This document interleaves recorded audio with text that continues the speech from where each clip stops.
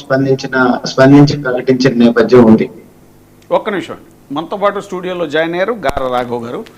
Sir, ఇప్పుడు ఏ రాజకీయ నాయకులైనా ఒక కులాన్ని ఓన్ చేసుకోవడం లేదా ఒక సామాజిక వర్గాన్ని ఓన్ చేసుకోవడం చాలా గట్స్ ఉండాలి. అవునండి, రాజకీయ నాయకుడుగా. అవునండి. కానీ ఆ ఏ ఇతర కులాలను కూడా కలుపుకుంటూ ముఖ్యంగా తన సామాజిక వర్గానికి చాలా దన్నుగా నిలవాలి అని ఆయన పదవులను కూడా తృణప్రాయంగా ఇది చేయటం అనేటువంటిది మనం చూసాం. అసలు ఏంటి ఆ స్ఫూర్తి ఆయనలో ఇది?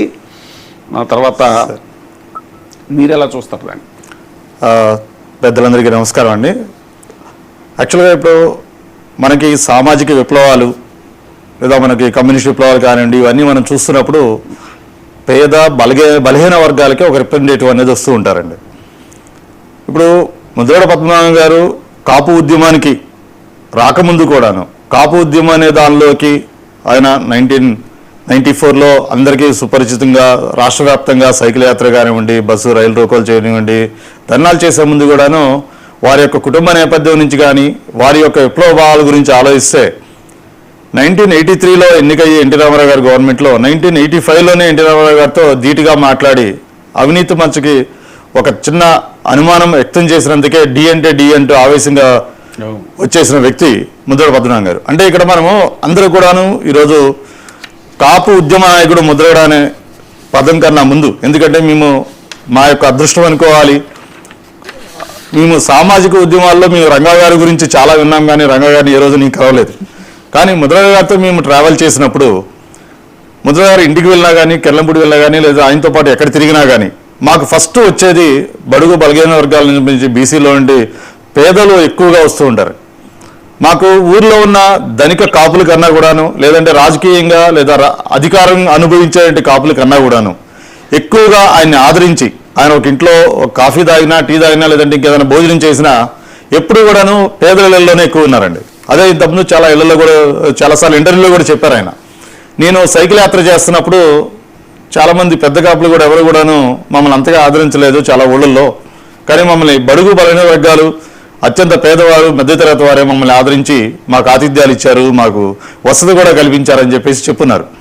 ఇక్కడ సమూలంగా ముద్రగడ గారి నుంచి పూర్తిగా తెలిసిన నాయకులు ఎవరో కూడాను ఆయన ఒక కాపు ఉద్యమ నేతగానే కాపులకు సంబంధించిన దానికోసం పోరాడుతున్నారనే కాకుండా ఒక పేద బడుగు బలహీన వర్గాలకి ప్లస్ ఇప్పుడు మనందరం జన్జీ గురించి మాట్లాడుకున్నాం.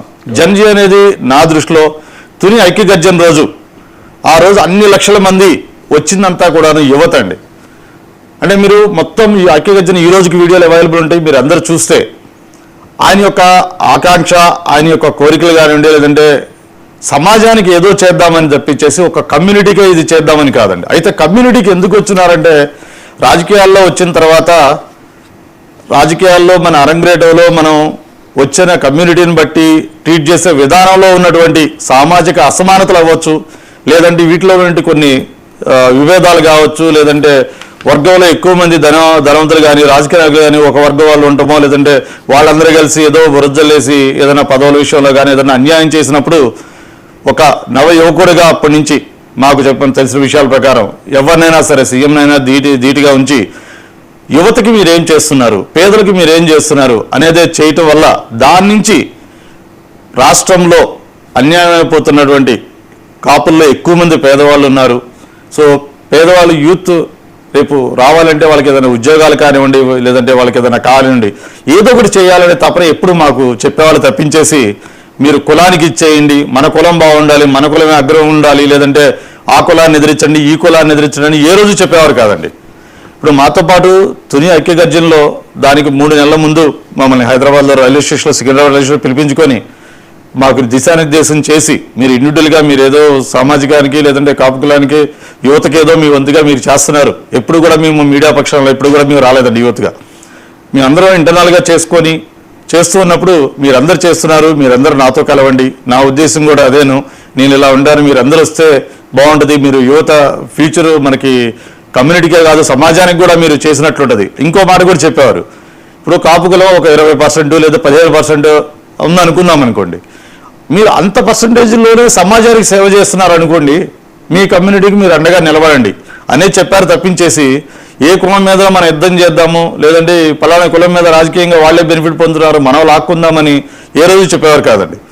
సో ఆయన ఒక విధంగా చెప్పాలంటే మా దృష్టిలో అండి ఆయన బయటికి అంటే ప్రపంచానికి కనిపించిన ఒక సామాజిక కోణం ఏదైతే ఆయనలో ఉందో దానికన్నా కూడాను కుల నాయకుడిగానే ఎక్కువగా కోణం రావటం వల్ల ఆయన వ్యక్తిగతంగా బాగా నష్టపోయారని మేము ఫీల్ అవుతామండి ఈ రోజు కూడా.